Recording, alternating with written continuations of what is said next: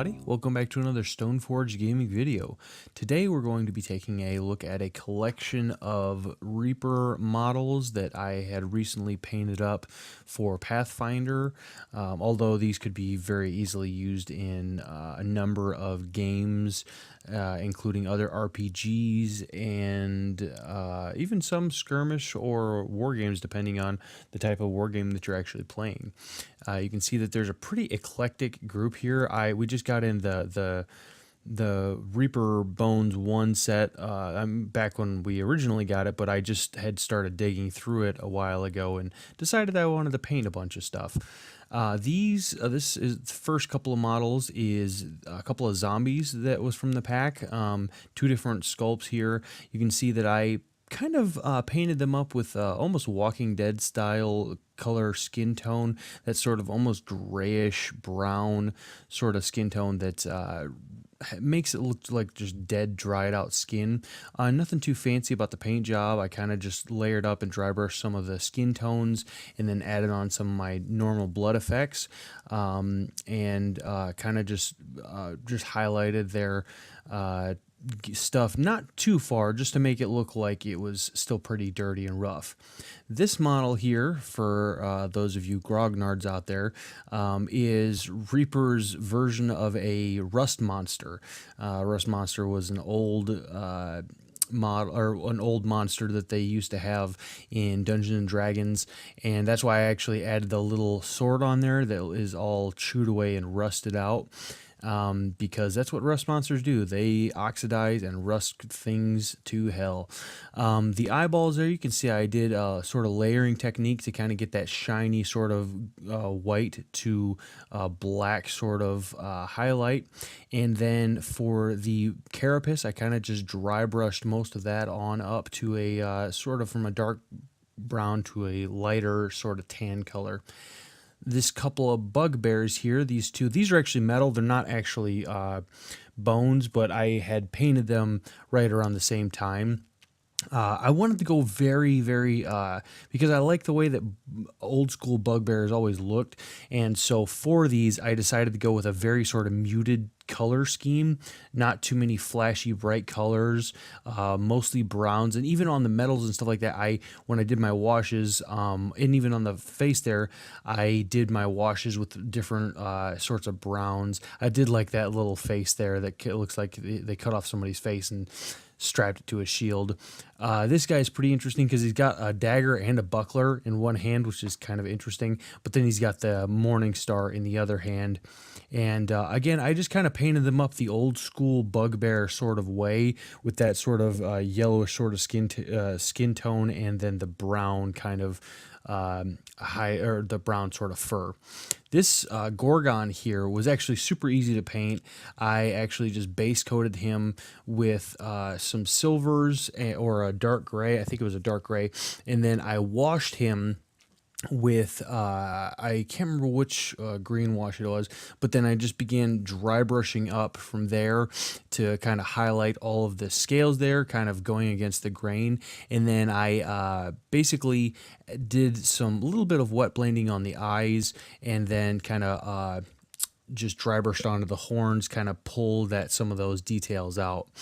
For the stone golem here, I did a very basic. I didn't really add too much extra. I just kind of dry brushed them up from black to like an off-white. And then I had, again, for the sort of glowing eye effect, I did a little bit of wet blending. And then I actually, for each one of these gems here, I decided to do a different sort of color, so that I just kind of did the normal, like the old school gem effects, but then I threw a gloss coat on it just to kind of make the gems pop out even more. This owlbear, I love this owlbear miniature because it's a model that has a ton of character to it. It has a ton of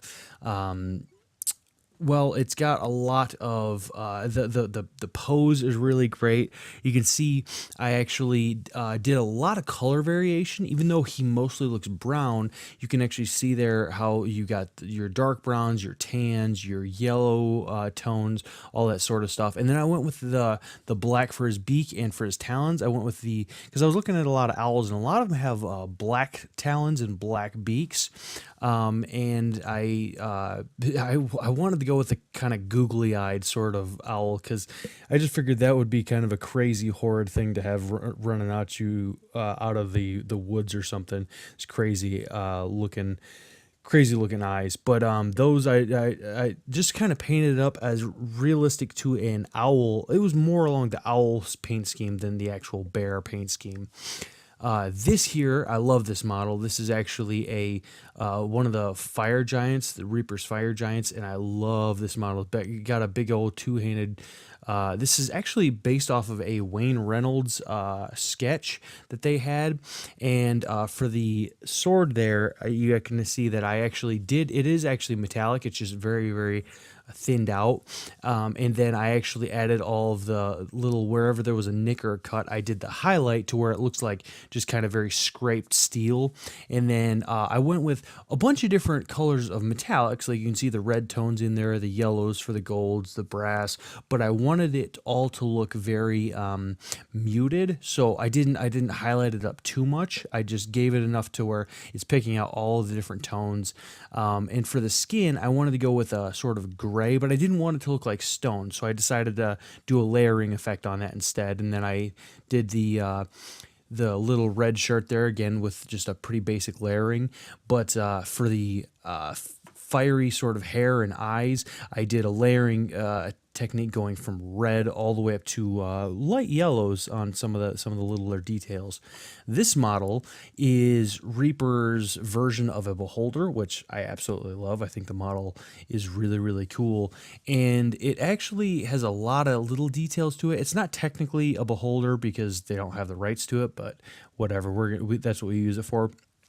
You can see it has a lot more than 8 eyes, but for each one of these eyes I actually picked out and did a different color on it, so it looks like just this really weird, strange thing. You got all these different colors, and then I added gloss coats onto each of them after I did like a couple of layers, and then the dot in the middle of each, and then washed it. And I went with the reddish skin tone on it because this was I think the 3.5 beholders, they actually went to that sort of reddish orange skin tone, which I just thought was kind of cool. I like the old school gray one as well, but I decided to go with the red tones for this one.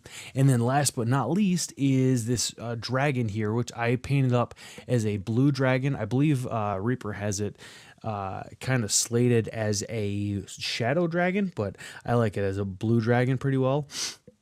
And then what I decided to do was actually go and kind of blend between the yellow of the underbelly scales. You can see there how I kind of blended from there to the normal blue scales.